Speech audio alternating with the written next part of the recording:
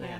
Welcome to New York, Molly. It's a far, far better place now that you're Should I in get the our curtains midst. behind? No, actually, it looks fine. Okay. Yeah, it looks really good.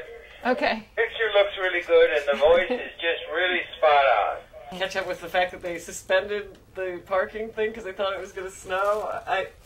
You have to understand, New York giveth and taketh away sometimes. It was, yeah, I know that so well. It was giving today, so I was receiving, and there was a minor saint on the street, and I'm walking towards my car, and he says, they've suspended parking today.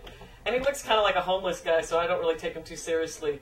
But he goes, you can call 311, which is an incredible facility. Anyone out there who parks a car in New York, 311 will tell you if they've suspended.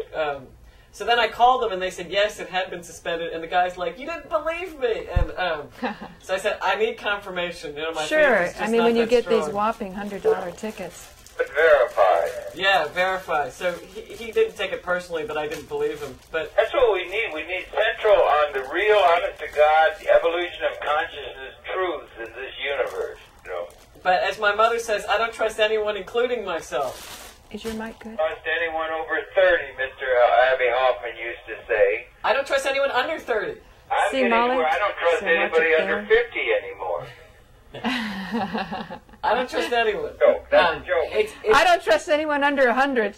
Well, how does it sound? Because it's starting to peak up there. But Moving in the right direction, yeah. but Harold, you said it sounds cool. Anyway, it's really good to see you, and you're the captain here of this Rabbit Hole Central, Paula. So what do you want to talk about? First, I want to make sure, is Steve Neskis, if he's on, could you call in? I've got call waiting. I really want to know if the mic levels are good out there. This is so valuable for me. I talked to him late last night, so he may be, yeah. Yeah, But Harold says the sound levels are good. So don't you but trust him?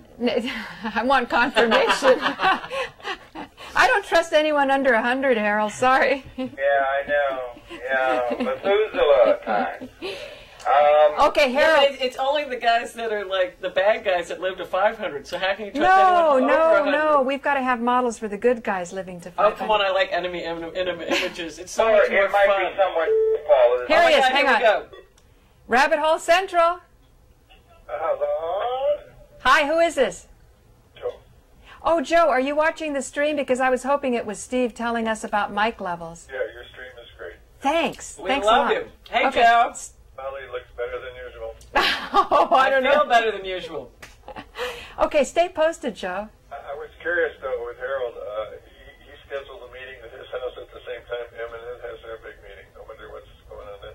I don't think so. Let's let Harold clarify that. And stand by, because I'm going to ask Harold to go into the fair use laws, because we're in contact now, thanks to this binary economist with Kemp Harshfeld, who is an attorney, very savvy, older guy with lots of experience about the fair use situation, and he worked during the civil rights, so I love that you're on the line, Joe. Yeah, but he also worked for the Bush administration and the Reagan administration, so, you know. Yeah, but I'm not limiting myself to those let's paradigms. let's- We're talking about YouTube for the people. Okay, I'm going to get back to Harold. Okay, Joe? Yeah. Thanks. Mangoes for all. Okay, did you get that, Harold? Yeah, I did, and just for your information. Now you're going to have to turn your computer down, because I got feedback on there, and I'm recording Okay, this. that's it. Echo. Echo. Okay, just for your information on audio levels, Joe, I heard Joe call, and George, he was speaking, he's going to be adjusting the level at his place, and he was much lower. Yeah, but that's because he doesn't speak very loudly. We'd have to, like, lean forward like this when Joe talks. Yeah, that's the thing, because the input is coming idiosyncratically from each of the people, so they've got things there, and also at the receiving end, so we've got to keep that in mind. Okay, let's launch into the topic, Harold. You were telling me that I was confusing fair use in my communication and in my extreme excitement to find Kemp Harshfeld. Yeah. I was confusing two I've been concepts. busy, and I think I heard Joe wonder about I hope everyone's going to be going to MNN tonight for that meeting with Dan Coughlin, Dale Brewer, and all that. And then we're also going to have a meeting of ACAP here on, that's what I've been working a lot on. On the 16th, so on there's Wednesday. yeah, so there's no confusion, That's two Joe. different things. There's a thing we got to underscore and give support to the public relations push to get a really good franchise agreement in September.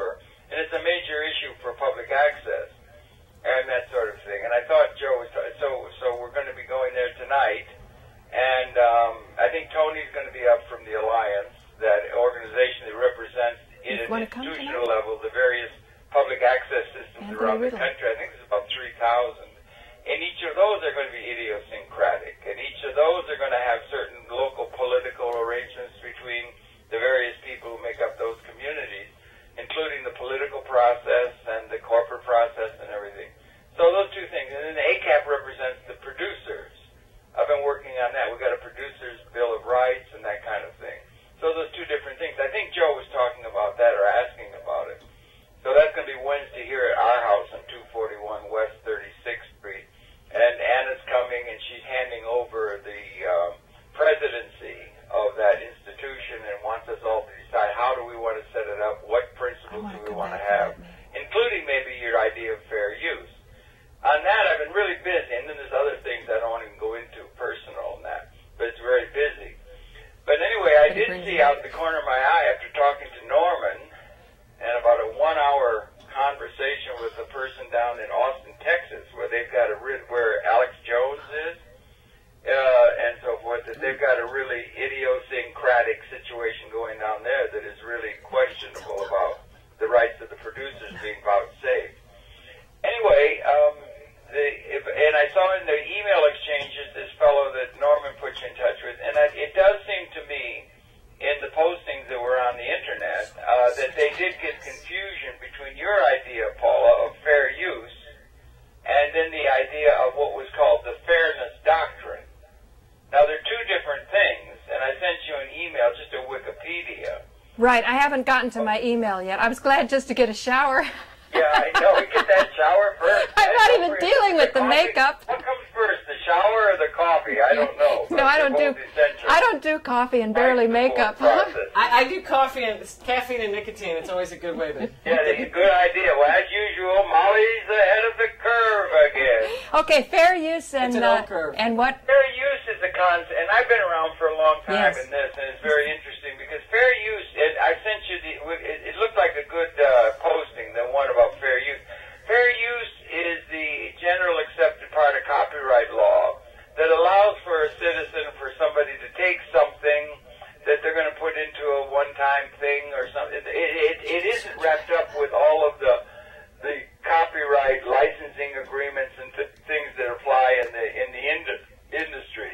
And it's a thing that allows public access people, particularly, to just take a little piece of something that's out there in information terms and everything, and use it for what they want to do.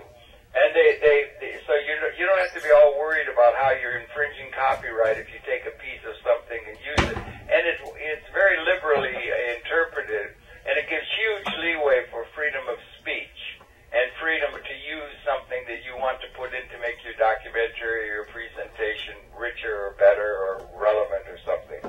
And so that's the thing. Wikipedia is the or protect national security. I think that was the idea of having two opinions.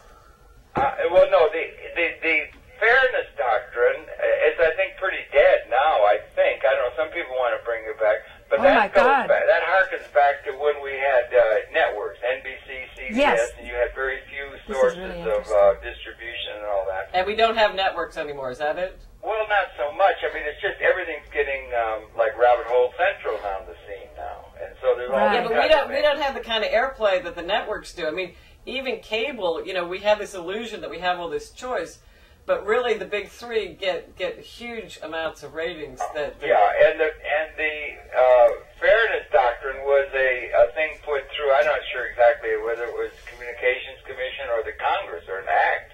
There was an act of Congress or something that if you present, you got an issue, an overall issue, and you get take A, take B, take C, or something. That if you present something where it's all point A or take A or spin A, you have to put something on B. Let's say Democrat, Republican. If you're putting something on that is a Democratic take on things, then you have to put something on that is also Republican. And they tried to have that legislated so that there would be a balanced view between various viewpoints of a dialectic. So one sham versus the other. A few channels, you see, they did that. But I don't think that's very much in effect now. Harold, I think the point being, Paula, there are two distinct things. Fair use is very liberally applied, and you can almost do anything in the realm we are, in terms of using some video or some footage or whatever you have, and they're not going to come running after you for copyright infringement. And it's built into the copyright system. And the fairness doctrine is a different thing. It's distinct. And it seemed to me they were getting mixed up in the postings that you were doing with that fellow friend of Norman.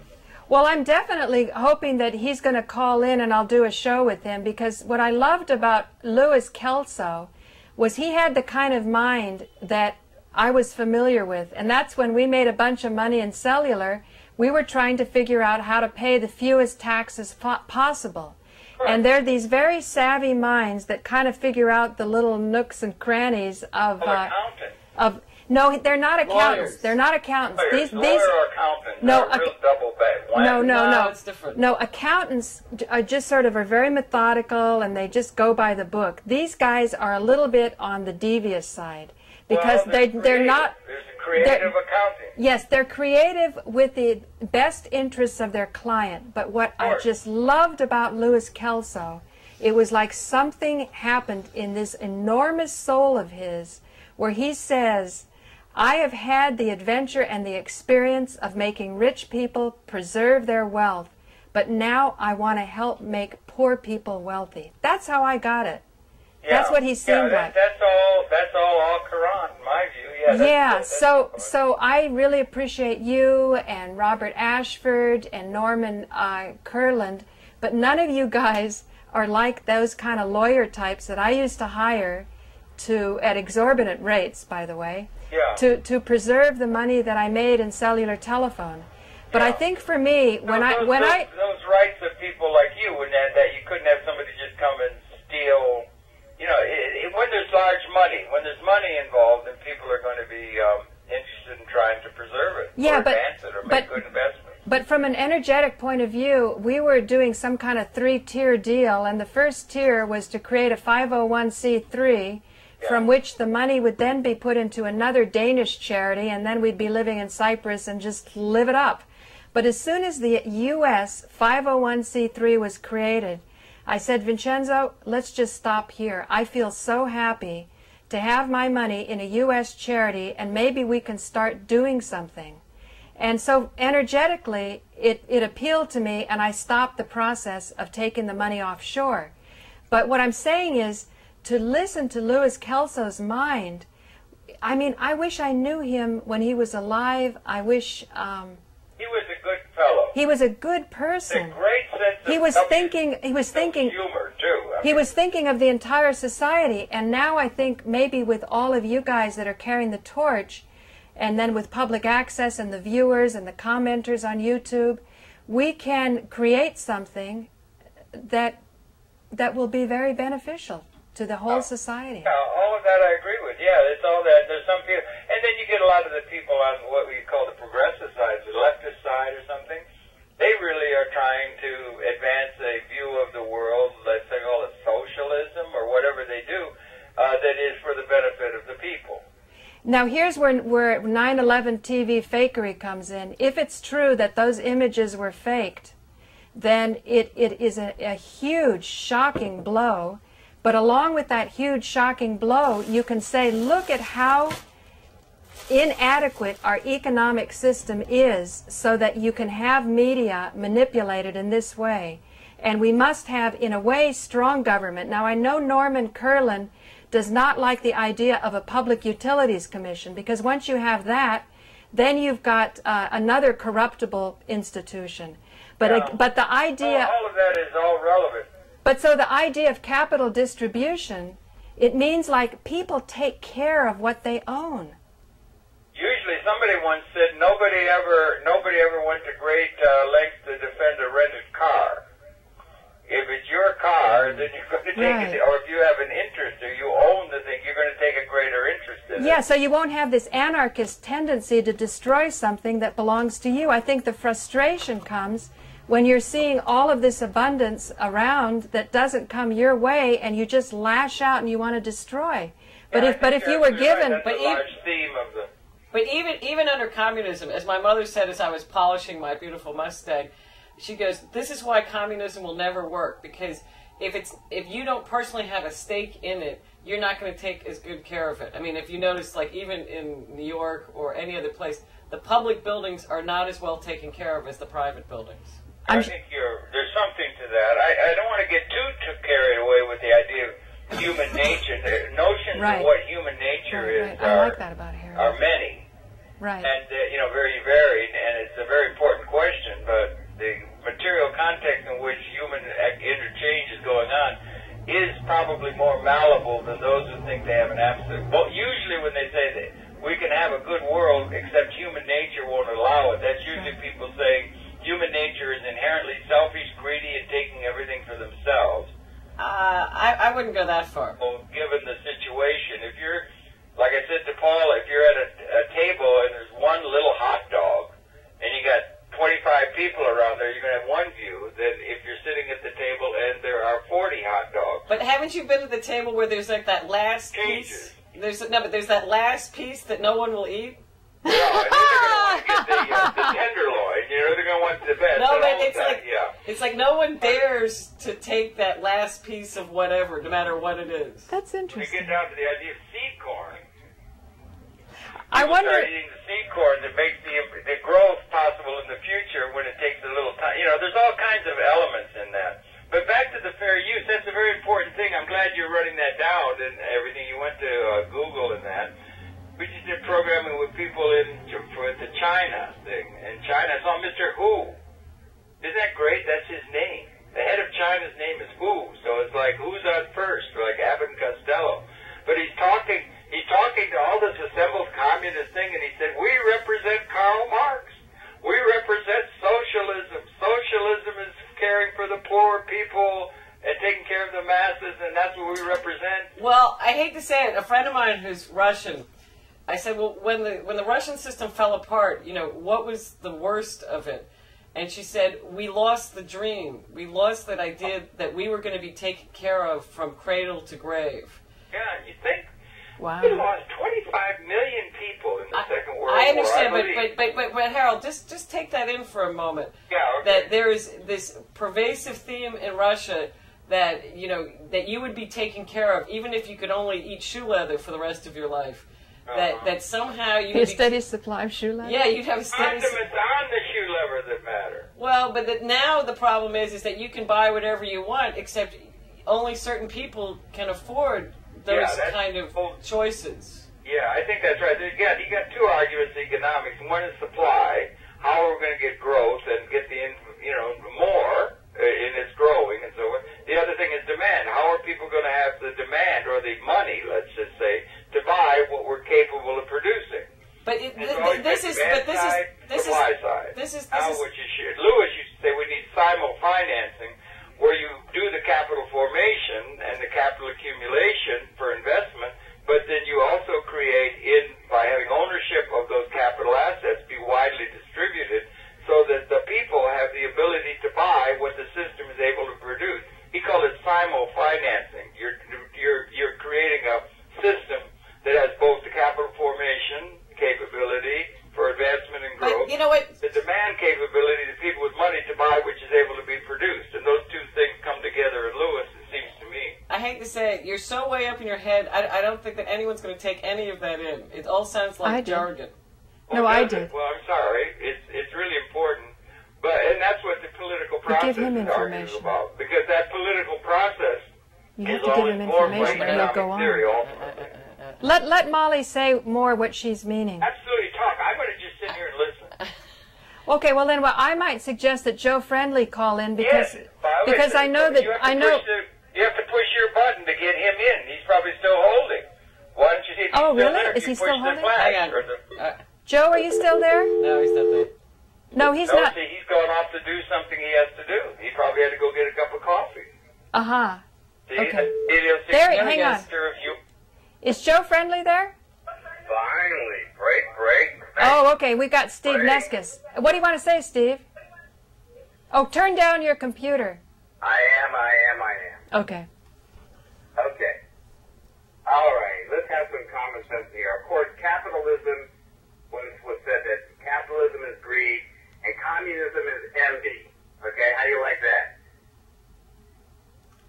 That's not the way I perceived it from this Russian friend of mine, but go ahead. Well, most people in capitalism it's an old boy network, and if you're not in that, then everybody is envious about, oh, wish I could have that position. And I can see that. To do it in an effective democratic way. In a capitalistic market, much like Paula, you made that $5 million, you wanted to slap it away. No, hang on. I did not make that in a capitalist, laissez-faire. I made it with a binary economic paradigm. I was an example Hear me out for a minute. This is where I have to beg to differ with you. You made it in a capitalistic way. No, I did not. I made it from a lottery. It was an asset that was owned by the entire U.S. population, given to people who said that they would take the responsibility to get the finances together and the engineering together. That's all I did. I made an application. I fulfilled the requirements. I was a U.S. citizen, and I entered a lottery for the very few people who even knew that this opportunity was available, thanks to Wall Street Journal, Forbes magazine downplaying the opportunity, to say the least. They called it cellular. They called it. They called it. Only a few people got to participate. If it was a true democratic system, then all the people's names would have been put in there and say, hey, guess what? I'm going to pull your name out of the hat, and you get to have this piece of the pie. You're right. That's how it went. You're right. A few people got to know about it. It's what a pure capitalistic scheme is about, and this is how capitalism works. The few take away from the many. I disagree. This is a new paradigm, okay? What a great time to be alive. We have the opportunity to talk about binary economics and the possibility of where it can go in the future. What do we want to do, and how do we want to set it up, and what businesses do we want to start off with first that would serve mankind the best? I don't know what to say, Steve, because I didn't agree with you, and then you went on. No, what I'm saying is that we have to make a decision on what businesses do we want to apply to binary economics first that would supply and help mankind the best. Let's see if Joe Friendly is there. Could you call in, Joe? Let me hang on just a second. See if Harold's still there. Hello. Oh, I'm here like that bad penny. It never goes away. Okay, what do you say, Harold, to what Steve just said? Well, yeah, he's right in a way and everything, but you see, you've got a thing where the major premise, as far as I'm concerned, I don't know, is that the material reality has changed in our lifetime. Okay. We crossed a line where we had always... You're going to have to turn down your computer or let me get back to Steve. Just 1 second. Okay, yeah, see, that's again the... Hang on. Steve? Hello? Yes. Steve. Yes. Okay, so Harold agrees with you. Yeah. I'm just saying it was a distribution thing, and when I put it to Robert Ashford, how do you distribute the capital? He said that's a political question, but I thought that was evading the issue, because I'm looking for paradigms where you bring the politics, the law, the philosophy, the religion, they all come together. So I think that's where good entrepreneurism can come into effect, and that's why,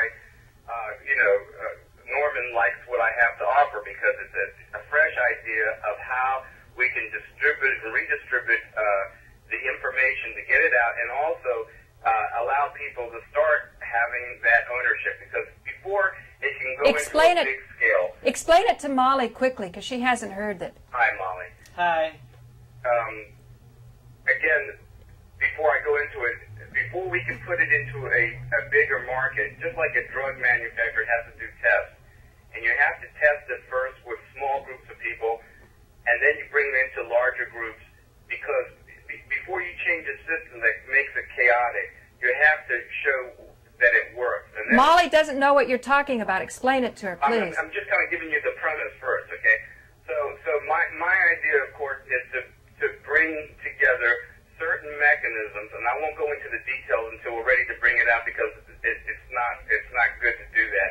But I'm having a meeting with the binary economic people, and they're excited about being able to use this formula that I have created to bring it out to the people. You still haven't explained the concept. I'm waiting. Oh, yeah, I know. Everybody will be waiting, but there's a right time to bring it out. Then don't talk about it. It's very frustrating, Steve. We're streaming. I'm creating a show. I have to hook the attention of people. Generalities about binary economics. We have to... No, don't even throw out the term binary, because you go to Wikipedia and Robert Ashford said that the right definition is never there. So we've constantly, every moment... Robert has a definition, and Kirkland has a little definition. There's a little difference. So what's your definition? I'm sorry? What is your definition of binary economics? Well, my definition of binary economics is capital ownership. And however that gets done is what we have to test out, because... Wait. Capital ownership alone is not binary economics. Yes, it is. Capital... Then Bob Gates, Bill Gates has capital ownership. Yeah. And that's not binary economics. But what I'm saying, capital ownership for all mankind, okay? For all people to have owning... But how do you justify somebody having capital ownership without any capital, anything that's put in the game? Well, this is how they're describing it. I do it a little bit differently, and I can talk about that point. Because it sounds like communism. Well, it isn't, and it's different, because communism, again, is very... If it was true communism, call it communism. But when we talk about Karl Marx in the current form of China... No, but that's totalitarian dictatorship. That's different. That's not communism, okay? But when you talk about true ownership, it's a socialistic democracy in the sense that we all agree to say, let's say we take over the medical industry, okay? So we say, how much does it cost to run and pay our doctors? Well, there's a cost factor. There's two ways to fund it. One, we can go to the money people, which are the banks, the Rockefellers, and the old guard, and say, and this is how they propose it, okay? We borrow from them that already have the common capital wealth of society and say, for the value of this organization, it's a good business because people need to be healed and there's a lot of money involved, so it doesn't look like it's going to fail. So we will fund it, okay? We require two things. We require insurance in case it does fail, so you have so much money going into what they call an insurance program that could be run by Berkshire Hathaway, Warren Buffett, because he runs a tight ship. So if he signs off on it, that means that the product has a good financial basis to it. This is how Norm and I are talking. Okay, so now you fund it.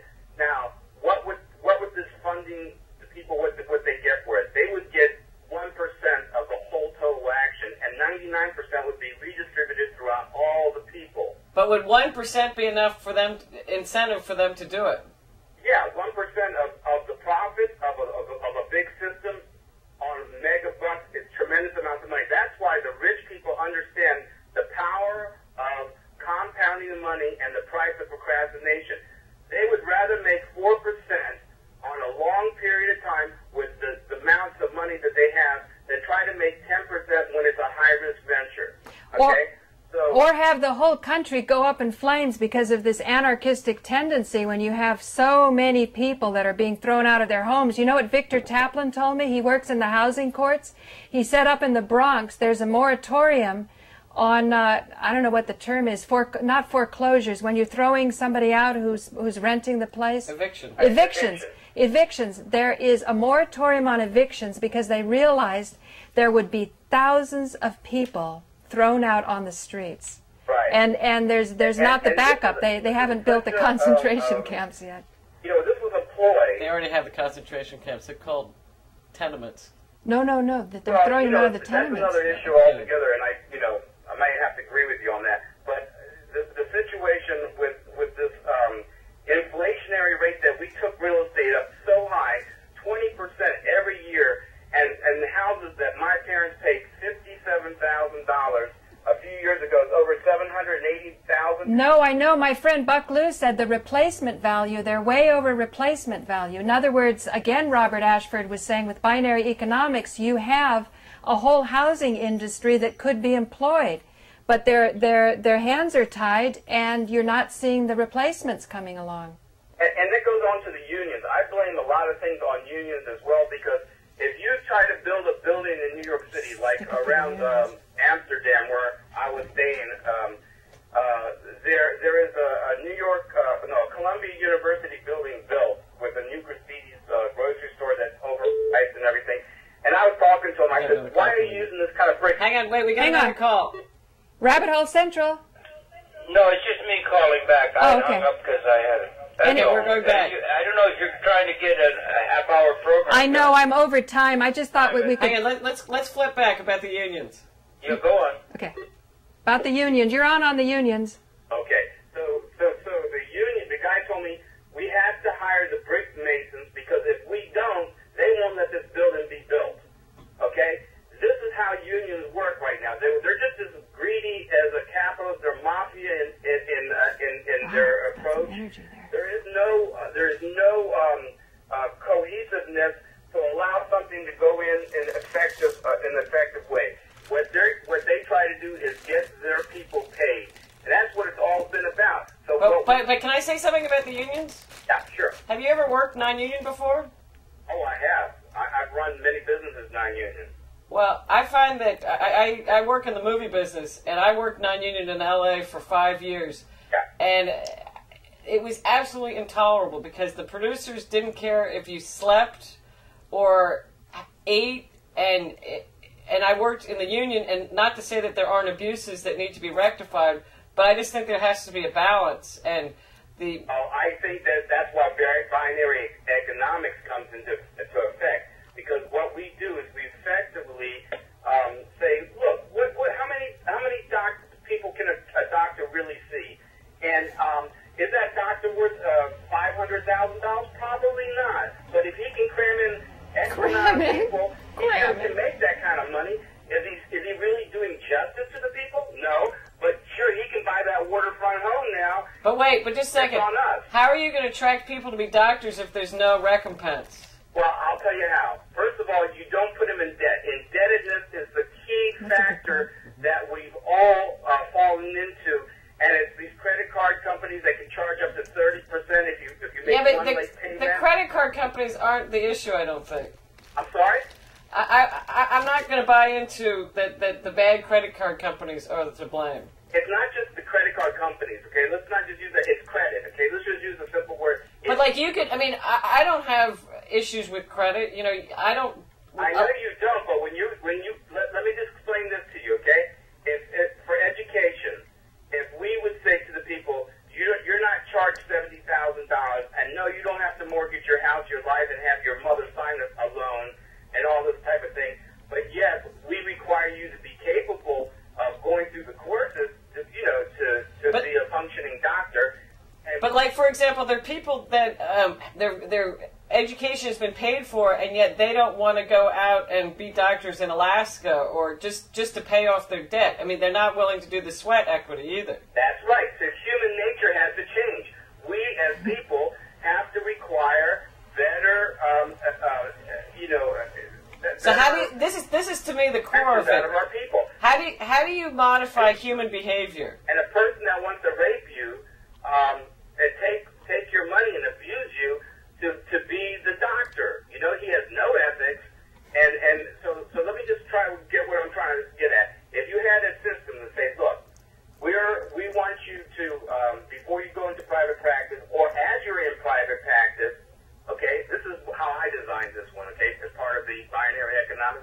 And I can talk about this part because this is in the future and it's doable, but it's going to take... Hang on, we got a call. Rabbit Hole Central. Oh, it laughed. Thank God. Joe, great. What do you have to say? Wait. Hang on. Joe, we got to turn you up. Yeah. Okay. So, hang on, I'll give her mine. You keep yours. Yours Paul. isn't very good, though. Oh, okay, never mind. Hey, we got to get you a mic here, Joe, because... I'll be loud. I'll be so loud. Oh, there we go. Okay, that guy can rap after all. There you go. Okay. Tonight I'm supposed to do a comedy act at 10 o'clock, so I'm trying to find my voice. Okay. Like some way of being extra honest, you know. We're going to do 2 shows. Nerve you can tune in on or something, so I could be spontaneous and funny. But anyhow, I was listening to you suffer through this program, and Steve took you a place you weren't bargaining for, and I thought you were pretty eloquent and like, thanks a lot, but you went on after I was already disagreeing. So what the Eve is a prophet with a path, and the general proposition of binary, he's got a personal slant on it. So you had a problem there. But I'm an experimentalist. I say let's try all possible ways of running things. We should have individuals, because I think individuals do a good job of leadership as in contrast to committees. But hence the friendly revolution. Yeah, stuff like that there. Norman Kurland has the happy revolution. Yes, but Joe Friendly is the philosopher king, and he's going to have the friendly revolution. Okay, you're Keep on, going. Joe. But what perks me up is when I hear assertions about human nature, and can people actually be friendly and kind to each other? Do we have to, because there's some pirates among us, that therefore we're going to have to suffer with lying and cheating as the prevailing game? And what about that? But he wasn't quite fair when Steve was talking about what capitalism is. He just picked the bad points rather than giving the Ayn Rand idealistic version of capitalism as the triumph of individual powers used in a heroic way to get people to follow their leadership and get rich at the same time, with great ideas brought into social reality. I'm with you. I think that there's definitely two sides of capitalism. So, I mean, capitalism... Hang on, Joe, we got to rejoice, because this is one of the few times we actually agree. Well, I often say that when it comes to free market, I think eBay has been a vindication that there is the way it's rationalized, the way it's taught. You know, the beauty of the free market system is if indeed you got reason and honest information and... Although I've been ripped off on eBay, so I'm not always the best person to talk to about that. Sorry about that. It's not your fault. I'm just... I don't think the stream's going, is it, Joe? Oh, let me see. Hold on. I don't see it. But I mean, we'll still record because this is interesting, I think. Should we go back to Steve, or Joe, do you feel like you haven't been heard? Do you have anything more really fascinating to say? I'll get off if you want to continue. No. Hang on. We got another call. Hello, Rabbit Hole Central. Hello? Hello. Hello? Who is that? This is Paula. This is Steve. Oh, Steve, you're back. Yeah, your stream went down. I know. Okay. I find take an exception that it was painful with how he said it, and that you had to suffer through it, because I think exchanging ideas, even if they are different, is what this is supposed to be about. I agree. I don't think that we're trying to put all our thoughts and find out which ones really work and test them. Hey, hang on, Steve, because there's no stream. Let me relay that to Joe. Hey, Joe? Joe? Still here. Okay, the stream's down, but I just want to say that what Steve said was he took exception to you pointing out that it was painful. My only commentary is, you know me pretty well. It was a little painful, so I'll tell Steve that, okay? Because we're recording a show right now. Okay, hang on. Steve? Yeah. The stream is down, and we're recording the show, even though it's not streaming. And I passed on to Joe that you took exception to the fact that it was a little painful for me. And then I told Joe that I told him what you said, and I said that Joe knows me pretty well because it was painful for me. So, okay, go on. Now you say it. We're recording. Well, I don't know why it's painful. I mean, you want truth, and you want people with different opinions. So so I should ask you, how is it painful? It was painful because I felt that you were describing capitalism, and I felt my experience was not an example of our laissez-faire capitalist market, but it was more an example of actually having been given something by the system. Let me tell Joe that, okay? Okay, before you do that, Joe's not hearing this. Respond, okay? And I apologize because I wanted to speak to you. Just a second. Can we just pay $2.50 and get the before I conference brought it call? up, because I knew it would be a person. Hang on. We want to pay $2.50 and get the conference call. Yeah, we want to. How do we do it? We have to call Steve back or Joe? One of you guys, whose number have you got on hand? Because he's easier to get a hold of than me. Call Joe. All back. right, we'll call Joe back. Just a second. So you stay on. You stay on. Hey, Joe? Yeah. Can you hang up so we can call you back and we can get both of We this can and finish conference up you the in. show? It's too painful to go back and forth. Yeah, right, okay. Okay, so if you hang up. Okay, bye. Steve? Okay. Yeah. Okay, there. Hang on.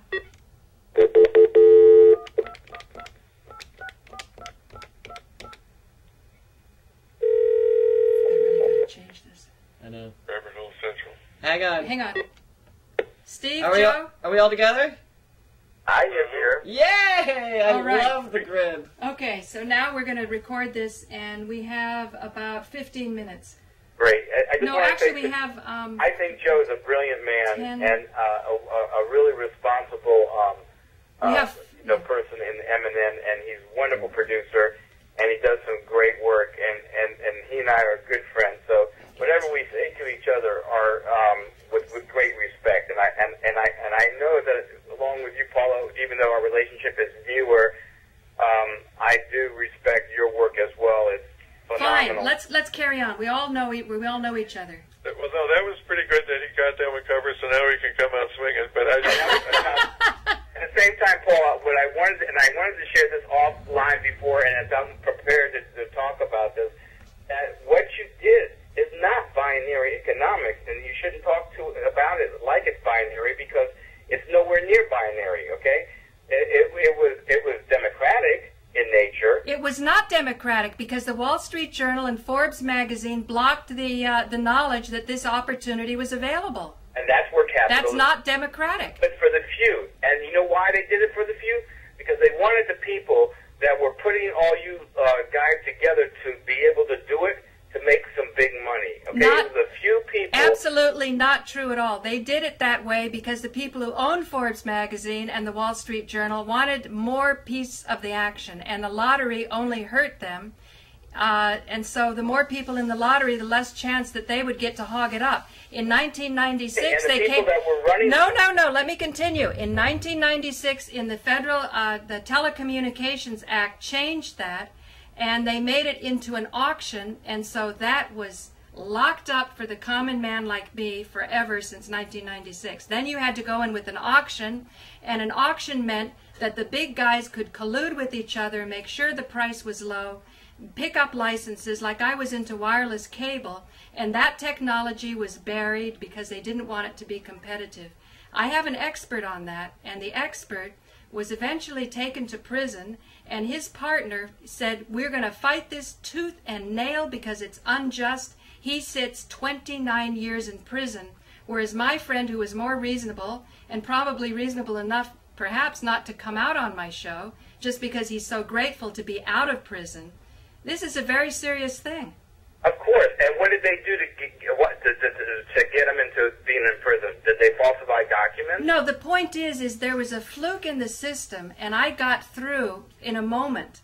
Right. And then they closed it afterwards. But now, the richness of my life right now, I've got Molly in my life, I've got you, I've got Joe, I've got Harold, I've got Norman Kurland, I'm going to learn about this Kemp Harshfeld, is I can bring my little puny, precious experience and say, this is an example of capital distribution.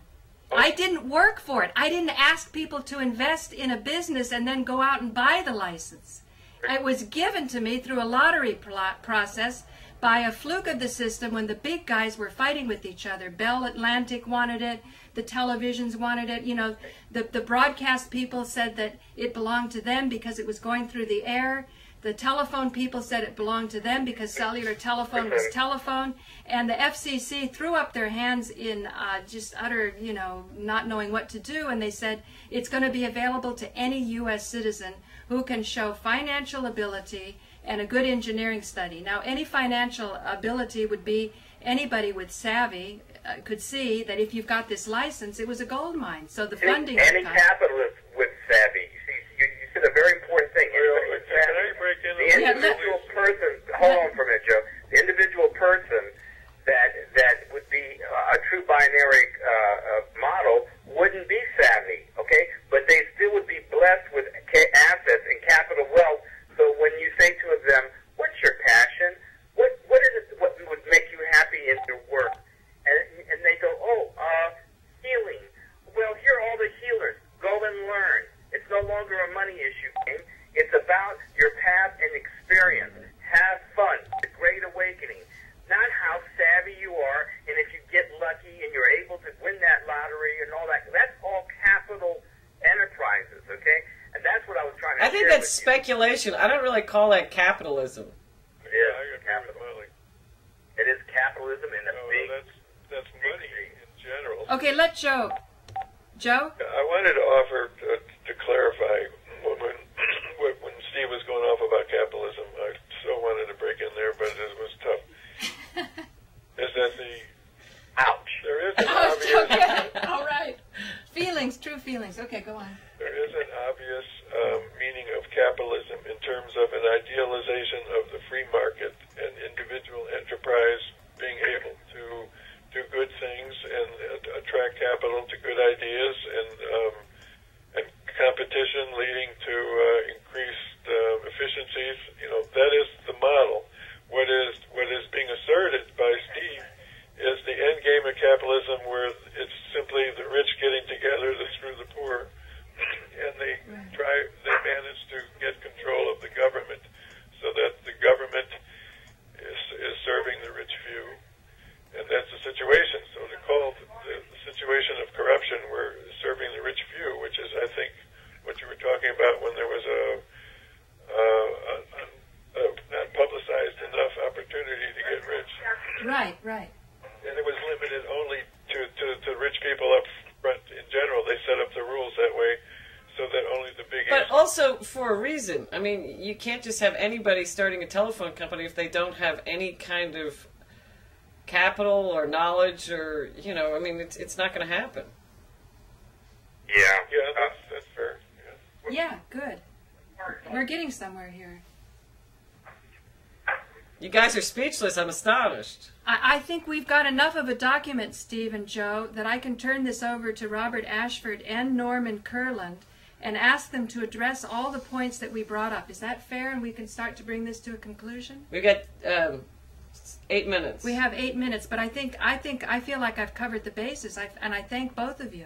Well, I wanted to go one step past binary economics and make the issue... And then let Steve go one step past, because he has a step past too, if I'm not mistaken, Steve. My alternative to the binary system is to say that where Robert Ashford seems to be hung up is he says, okay, 10% own 90%, but it would be impolite or illegal or something nasty for us to just abstractly reconsider ownership and face the meaning of money in our lives, and as a decide what meaning we want money to have in our lives, and actually redesign the rules of ownership, the rules of the game, the governmental system, the whole dynamics of the whole deal, before any nuclear holocaust, before the market bottoms out, just as an act of human intelligence, we make Steve extra happy. Well, can I just say one thing? I mean, it seems like that's what they've been trying to do in Russia and various other communistic regimes in South America, and it just doesn't seem to work. When you steal from the rich and give to the poor, it still doesn't seem to work. Well, when you say steal from the rich to give to the poor, what we're talking about is a nation's muscle, a nation's nervous system, the people, the land. It is part of the land. It is part of the country. So when you reconsider the ownership of a public corporation... Not a public corporation, but like my father's company was nationalized in Ecuador. And basically they just said, okay, you've got a great shrimp farm, a great whatever, we're just going to take it away from you. Molly's an abused person here, Joe. No, but we lost $17 million. And I have relatives in, through marriage, the Benakis, who were, cotton shippers, and they became very wealthy, Greek shippers over the generations, and they just nationalized it and took it all back. So the exodus out of Egypt was not just the Jews; it was basically people who had the power. Can you two get into the fantasy, the beauty of the entire ownership of the planet, all the ownership, the whole thing being up for a reconsideration up front, even before the taking? We say, after we take it, what will we do? And we make those discussions happening before the taking. Yeah, and we don't kick out the guys who've been running it and taking or that not just running responsibility. it, taking their whole life savings and life force and pouring it into the research and development that it takes to create some of these systems. If I can break in here now and say something to both of those comments. Right. Okay, what binary economics attempts to do is not create a civil war where if you were to try to fight this is what would happen, okay? Basically, people, in order for something, a big takeover like that would happen. So just the same example of nationalism, create a civil war of the people that worked hard like Molly's family did to establish something and take it away. It is not a win-win situation. What binary economics tries to achieve is a win-win situation where everybody, the wealthier still get wealthier, but also the people that didn't have anything, the middle class, also enjoys the capital wealth and also becomes wealthy as well. Well, So it's a win-win situation, and if we can do the least amount of damage, okay, with that, the better off in society, because it's just like when the bubble blew up on technology and $3 trillion was lost, it threw technology back 10 years in its experiential point because people didn't want to put money up to... right, because it was what they were doing is basically investing in speculation, and there was no intrinsic value to the stock. Well, there was an intrinsic value, but it sure in the heck wasn't what it was. Right, but it was overinflated. And then when it was like the tulip game. When the tulip game was over, they said, who's holding the bag? And then, Right. You know what? My gut tells me it was not overinflated because when Clinton came to India, Molly and I were at the ashram at that time, and everybody thought Clinton was going to go to the Silicon Valley of India, which was Bangalore. Well, lo and behold, he goes up to Hyderabad, and right Which is after, also the Silicon Valley. well, it was something very unexpected, and also shortly after that, the dot-com bust was happening. So I bet you anything there were dirty deals made where you just had people essentially, like Joe said, just robbing the population, robbing, well, it's always been that. robbing, That's robbing. Which being a capitalist is. And I said, what do you think being a businessman is to a person? And she told me like this: how do I get your money out of your pocket into my pocket? Ouch. Wow, that's bad. That's not what I think. No, that's what a business person thinks. That's how. No, that's what that business person thought. Now, let me just finish what I'm saying in the general sense. Business says, how do I take a person that I pay him $5 an hour, and how do I make how much money off that $5 an hour? So as a restaurateur, I've got to look at it and say, this guy is costing me $12 an hour. I've got to make 4 times my money on this person at least. Do you understand what I'm saying? That's business. What I understand is that you have a lot of serious issues with business, and I don't think that that's what business is all about. Business is getting fairly compensated. I'm sorry, if you don't understand business, how much money were you making on your farm? Let me put it this way. My great-grandfather started National Cash Register. Business, give him a piece of that pie. I mean, and he didn't do it with those kind of intentions, and I just completely disagree with you. That's what business people do. I mean, I know. But Molly's personal experience is her dad lost $17 million projecting a multi-billion-dollar business, and today it is a multi-billion-dollar business. And we don't have any piece of it. And they don't have any piece of it. Right, because the people said, you have a multi-million-dollar business, and we're getting diddly swat from it. No. Okay, hold on. I mean, Molly, honestly, how much did you pay your workers?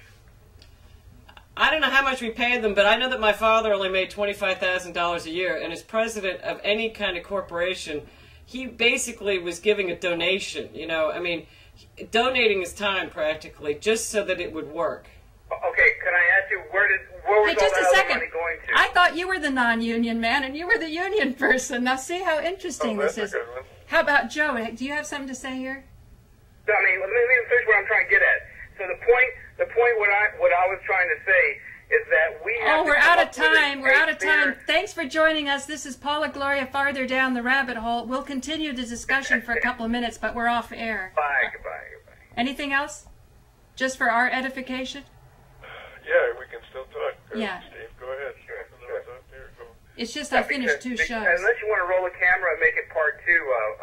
I'm on part 3 right now, and I can't do that much editing. The But main just thing is, Steve, when you push Paula Gloria a little extra, and I say painful, you're saying it wasn't painful, so take a good look. It was painful. You push your button, okay? No, it's more like a promise. Like if you let me talk, you'll be happy at the end of it. And then you just take it. You say, you let me talk. I'll take you even further away from where you wanted to go. What, wait, further from what? This is the point. What do you mean further from where I want to go? What do you mean by that? Where she wanted to go. In other words, like she had some sense of where the direction she wanted the conversation to go. Where did she want the conversation to go? When she asked you a definition of bipolar, and you said binary economics. Bipolar? So you don't even know what you're talking about. No. Joe knows. I love you dearly. No, but Joe is right on the money. Joe's right on the money, and because of Joe, I am where I'm at, Steve. You know, if I ever need anything, he helps me. I agree with all that, and I'm where I'm at because of Joe and everybody else. But you wouldn't give us a real it took us like 10 minutes to get a definition of what you call binary economics. And we still don't know.